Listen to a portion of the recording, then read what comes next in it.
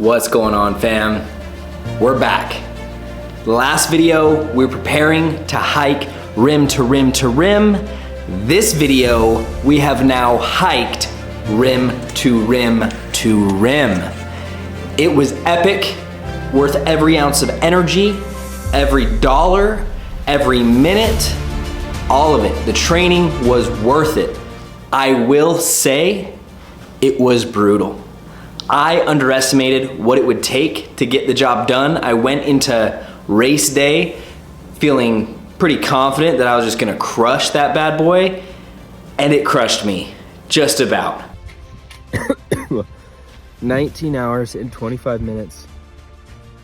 I mean, the trail's supposed to be 42 miles, my watch is saying 46, but that was the most difficult thing I've done in my entire life. I mean, we took 19 and a half hours, finished at 11:30 at night. My legs were blown up, my knees were annihilated.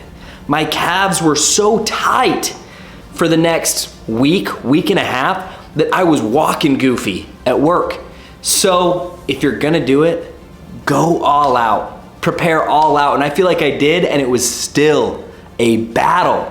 But that's exactly why we do this. That's exactly what we want. Because if it wasn't a challenge, it would not be worth it. It was also the time of my life with some of my favorite people, brother-in-laws, cousins, friends, new friends. Very, very worth it.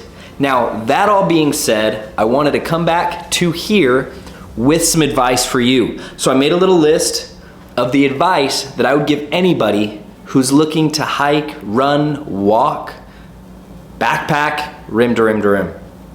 Number one, pack more enjoyable food. It's so easy to get caught up in the goos and all the fancy little supplements that we can use that fuel us and they're light and everything else. Take some bona fide fruit. Man, my buddy shared an apple with me at the North Rim. He had an extra and tossed it my way.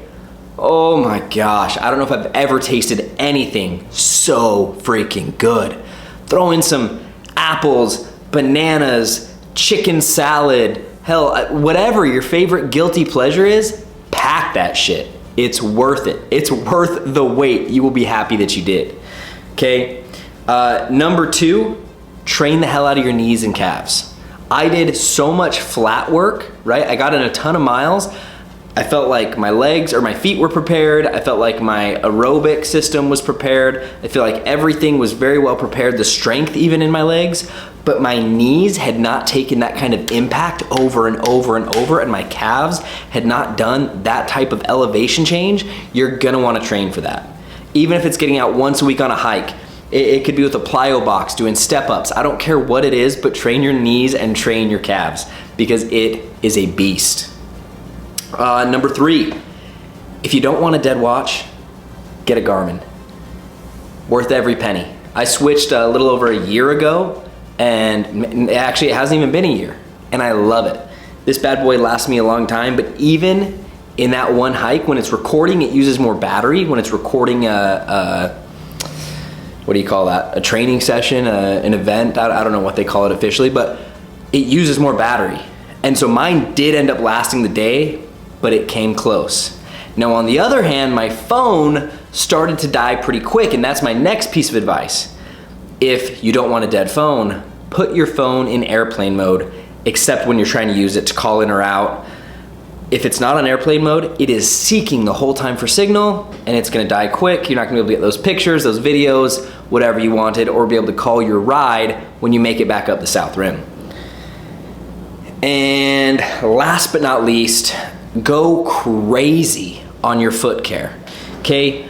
I pre-taped my feet. I used toe socks with a regular sock over it. They're merino wool, like a toe liner.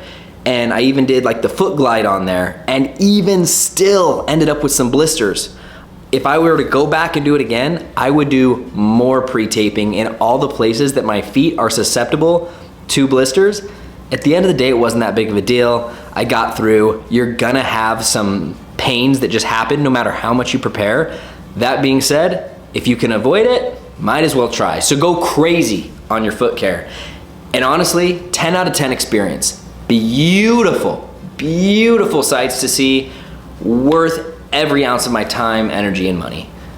Go hike rim to rim to rim. You will not regret it. Now, that being said, any of you that have any level of interest or investment in my story, my training, my plans, we gotta pick a new goal here. So after I finish rim to rim to rim, that's what I've been training for like 6 months.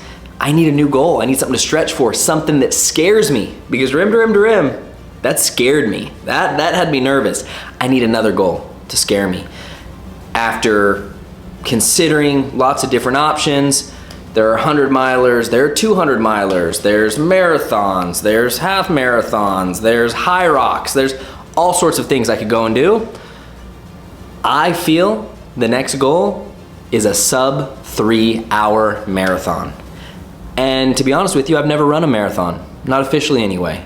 I guess even unofficially I haven't. I've done 20 milers, I've done this, I've done lots of long-ish runs, but never an official marathon or an unofficial marathon. So we're relying on the data that this bad boy has given me. The race predictor seems pretty accurate to someone's physique and ability. Right now my race predictor has given me an expected 3 hour, 25 minute marathon. So between now and February, I gotta shave off over 25 minutes. Now, that's no easy task. Therefore, I've created the plan. Let me show you the plan. Here she is, boys. You know it's serious when I'm breaking out a whiteboard. This is the plan. All right, it's summertime and I'm in Arizona. That means a lot of night runs and a lot of early runs, unless I want heat stroke. But some will be during the day, just not as long. The plan for the summer is all business. Miles on miles on miles. We're gonna be putting in the miles, folks. Probably 30 to 50 every single week. After that, leg and knee strengthening. My knees are gonna take a toll, especially on the pavement, so we gotta have them ready. And last but not least, speed training. We're gonna hit the track for more workouts to actually build up these little chicken legs into some tree trunks and get them going, because I gotta keep that pace. I believe it's like a 641 or is it 641 or 647 pace that's gonna get me to that sub 3 hour mark. Either way, I'm aiming for a 6.5 minute pace for 26.2 miles.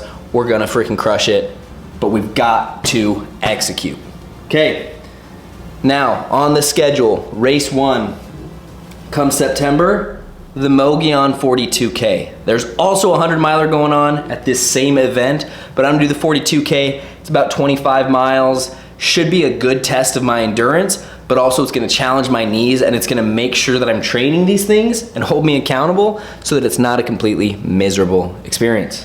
Okay, after September, here we come. December, the first ever Phoenix Marathon will be my first ever marathon. So, aiming to be between 3:10 and 3:15 by the Phoenix Marathon come December. It's gonna be beautiful, because in Arizona, whew, there's no better time to run than the winter time. After that, shit gets real. We gotta get serious, because it is only 2 months later in February that is the Mesa Marathon. This is a Boston qualifier, and that is where I plan to run my first ever sub 3 marathon. And when I do that, we're going to Boston in April, baby. Let's go to Boston. That's the plans. My wife really wants to go to Boston, so she's counting on me. I hope you're counting on me too. I believe in me. I hope you believe in me, and we're gonna get shit done. It's gonna be excellent. We are gonna make it happen. That's the plan. Now, last but not least, I wanted to share a little bit of value that I've been thinking about on some of my runs with you. And that is my 3 rules of training, okay? These 3 rules, I've just made up, to be honest with you. I'm no professional runner. I'm no crazy experienced runner, but I feel like these have helped me be a better runner. Therefore, I wanna share them with you, okay? So I've written these rules down so I don't mess them up. Number 1 is commit to the first half. If you're doing a run, or you're planning to go out on a run and you wanna go 20 miles, commit to 10. Because if you go 10 out, you're gonna have to go 10 back, and you gotta make it happen. So if you only commit to the first half, you automatically commit to the whole, and commitment is the key, right? At the end of the day, if you're not committed, you're not gonna make shit happen. All right, number 2, don't babysit your pace. Okay, so many of us, especially we got these fancy watches, the fancy technology anymore, you start just checking your pace way too often. You get in your head, you pick it up, you slow it down. Listen to your body and just go at a pace that feels right, that feels comfortable. Whether you're pushing for a threshold or a nice easy jog, just trying to get some miles in and preserve your body a little bit more, either way, quit babysitting your pace. On race day, cool, babysit it. But otherwise, I look at my watch one time every mile. That's when I hit that mile, it buzzes, I see what my pace is, decide whether I wanna amp it up a little bit or pull off a little bit, pull off the gas. So quit babysitting that pace. Number 3, don't plan on plateaus. So many people are talking online about, hey, just, do a lot of zone 2 this, zone 2 that, do this type of training or this type of training so you don't exhaust your body and you don't overdo this. And who gives a shit? Get out and run, right? At the end of the day, you're only gonna hit a plateau if you're progressing. So a plateau is a freaking good thing, but let's cross that bridge when we get to it. Just freaking train, put on the miles. I don't care, don't overcomplicate it. Get out on your feet, get moving, get the miles in, and when you start to plateau and your results aren't getting any better, let's figure it out then. Okay, whether those mean anything or not, whether they add real value or not, those are my 3 rules of training. I'm gonna continue following them. If you end up liking them, let me know in the comments. If you think they absolutely suck, tear me apart in the comments. Go for it, I don't care. But hey, go get after it, and we'll see you on the other side.